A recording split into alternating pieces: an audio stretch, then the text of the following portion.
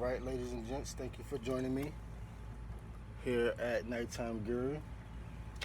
I'm going to post this video on YouTube, on Facebook, Instagram, Twitter, like all the platforms I can post it on today.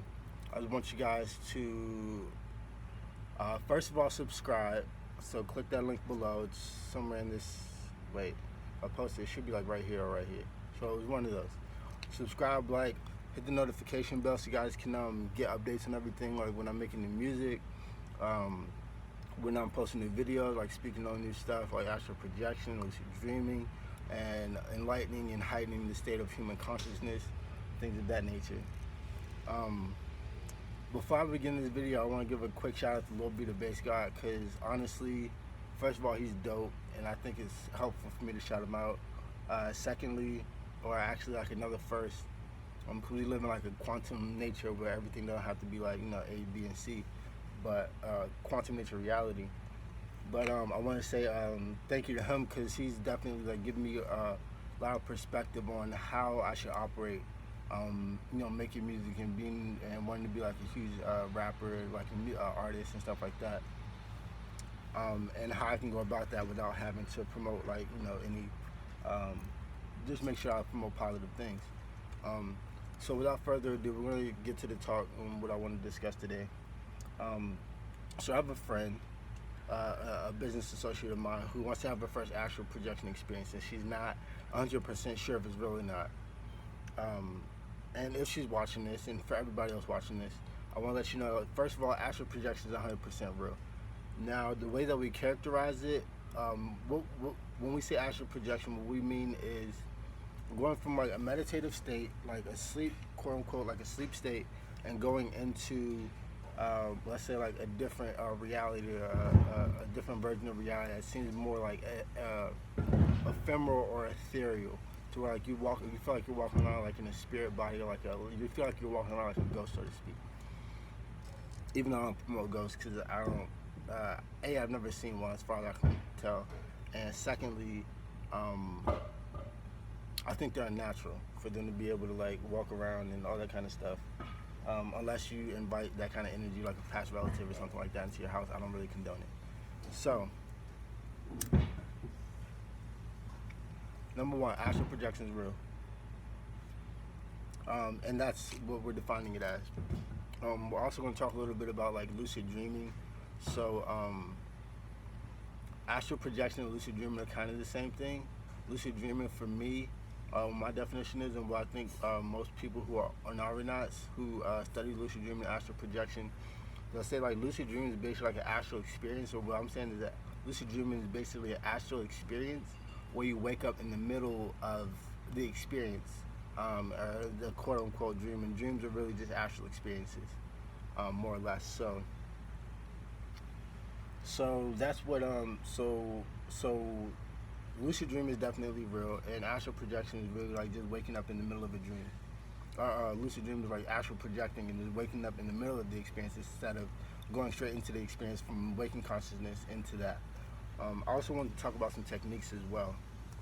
So before we continue, we're definitely going to, you know, talk a little bit more about the evidence that shows that astral projection is real. Like, first of all, the fact that you dream, if you dream, then you're astral projecting unconsciously.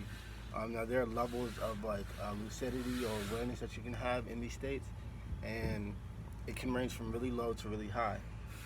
The reason I think it's really important for people to learn about this experience, not only learn about it, but also master it and make it part of our human experience, like a regular part of our human experience, is because I really believe that this is one of the things that's going to send us to our next level of our consciousness, or our incarnation, right?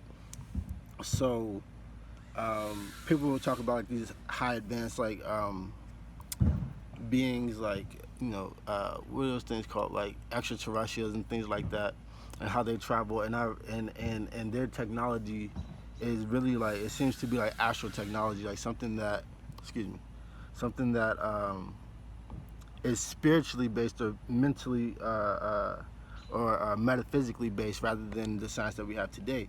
And astral projection really gives you like that that experience of otherworldly phenomena that can also be super technologically advanced, so we can incorporate that into our experience and move forward as a human race.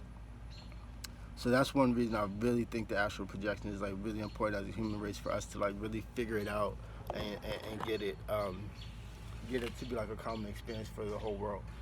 So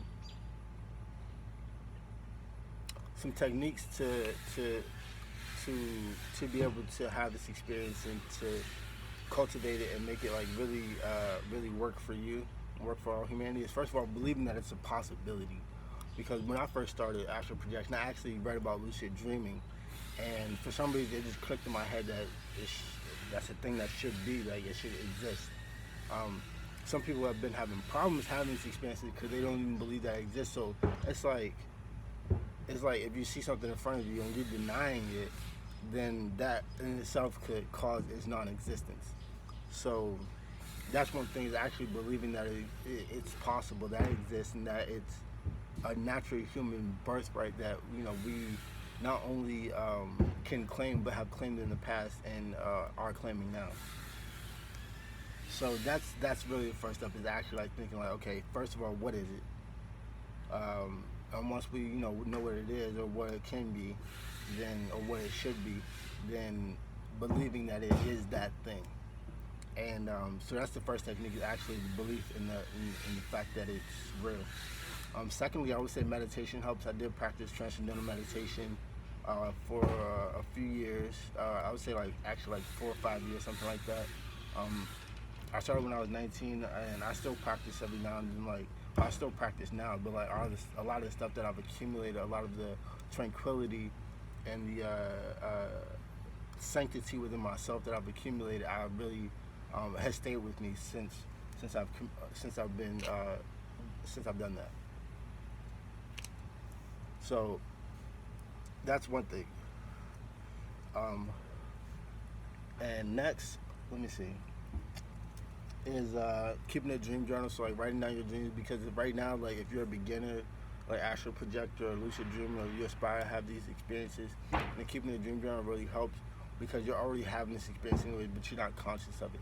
And if you're not, and a lot of people are not even conscious of the fact that they're dreaming, or how many dreams they're having per night. They're thinking like it's a 5-minute thing. What I learned from taking notes and like doing astral projection, I'm trying to make this video like less than like 15 minutes, 10 minutes, like 10, 15. So one thing that I learned was that I thought I was having like 1, 2, 3 dreams a night. Literally, like, it's like 40% of my night, some nights, was like dreaming. Like, actually sometimes it was even, like 40%, I would say safely, across humanity, of our time asleep is dreaming. And that is really relevant, because we spend 8 hours a day, 8 to 10 hours a day. So that's like a third of our life dreaming, one third of our life sleeping, excuse me. And if 40% of that's 30%, 40% of that is, I think, around like maybe like, it's probably like 15%. So 15% of our lives we're spent dreaming, actually spent like astral projecting. For most people, it's unconscious, and really like bringing awareness to that state is a really big deal. And then a lot of songs and inventions and stuff like that have come from dreams. But in order to like bring that information back, you need to be able to recollect it, and even further be able to be conscious and aware in that state. So that's why it's really relevant, and that's why keeping the dream journal is really important, because it's really going to expand the amount of dreams that you think you're having a night, at least. So that's one technique. We're going to jump straight into it. We're going to talk about like some chemicals that will help with lucid dreaming, or even like bring that super conscious state to us in real time. And one thing that I know that's really big right now, which I'm actually promoting, is opiates. Opiates really help, because they put your central nervous system in such a relaxed state that you can like really move into that dream environment a lot quicker than you would be on, let's say, like amphetamines, for example. So the way opiates have worked for me, and what I've and the way that they work for me, and what I'm getting from some of my research is that like it puts your central nervous system in such a relaxed state that you start basically drifting off, and basically you're not really tired depending on like when you're taking them and what your sleep schedule is like. But let's say you slept a full night, you take some opiates at like 2 o'clock in the afternoon or something like that, and you usually go to sleep around like 10 o'clock, 8, 9, 10 o'clock, 11 o'clock at night, right? So the opiates kind of put you like such a relaxed state that you start drifting off to sleep, but you're still awake because you're well rested if you're well rested. Um, which is why I actually have to add a component to a new product that I have coming out. I haven't actually figured out the name for the product yet, but when I do, I'll let you guys know. So it's a component to keep you awake, keep your mind aware, and so yeah, it puts you in this relaxed state. So what a lot of people like report is like drifting off to sleep and things like that, and like basically it's called like a nod. You can look it up yourself. But you'll start to see like imagery and things of that nature. The only thing about that, like it usually like lulls people to sleep, and that's what it like had done for me in the past. And there's also like that feeling of euphoria, which I think is natural, should be natural for all of humanity. So that is something that I think will really, really help you kind of like get the feel of what astral projection is, and lucid dreaming, at least physically. And then you can take it from there and kind of like get with the mental, and then work with your meditation and your mental imagery and dream journal and stuff like that, and that'll really help you get to the next step, which is actually like having the experience. But before we go into that, I want to talk about some more substances. So things that kind of help put us in that like psycho-spiritual realm are like DMT, which is an ayahuasca, which is like a religious or like spiritual brew. Magic mushrooms, which I've heard are pretty cool. I haven't actually taken like a psychedelic dose, so I'll speak more on that once I get that opportunity and once I've done that. What else? Oh, tobacco. I use tobacco because it triggers like dopamine and something in the brain called acetylcholine, and it kind of like acts as a stimulant, which helps me stay awake when I'm dreaming. So I like have a cigarette at like 2 or 3 in the morning. Sometimes back when I was practicing, I had some tobacco like really, really early in the morning. That would like help me keep my mind awake as I drifted off back to sleep, or keep my mind awake as I do my meditation. So those are some really big chemical components that assist in lucid dreaming and astral projection. So we talked about dream journals. We talked about some techniques like yoga, make sure the body's like well rested, and everything's like exercise helps for some reason. I feel like cardiovascular exercise helps a lot because you kind of put yourself in like this hyperactive state. And then this actually ties into what Einstein said. So body in motion stays in motion, or mind or spirit in motion stays in motion. So like, if you constantly keep yourself active, when you actually finally like go down to lay, then your spirit, your soul, your consciousness, your world consciousness, not really like it's already like in motion, so it continues to be so, and it continues to be aware, and so that really helps with achieving a solid astral projection. And then in the next videos, I really want to talk about like once you get to that state, like what to expect, what to do once you're in that state, as far as like stabilizing the dream, stabilizing the experience, not getting overly excited because that's gonna like wake you up instantly. Or in the experience instantly, most likely, right? So, also like things that you'll experience once you're there, how to like implement like your techniques, like flying, being able to like have like superpowers, quote unquote, like telekinesis, telepathy, having telepathic communications with extraterrestrials, other beings. Being able to like phase through solid objects and things like that, manifest relatives that have been passed, if you're into that and like you need that kind of closure and all that kind of stuff. So just stay tuned. Again, it's Nighttime Guru, Young Guru. Much peace.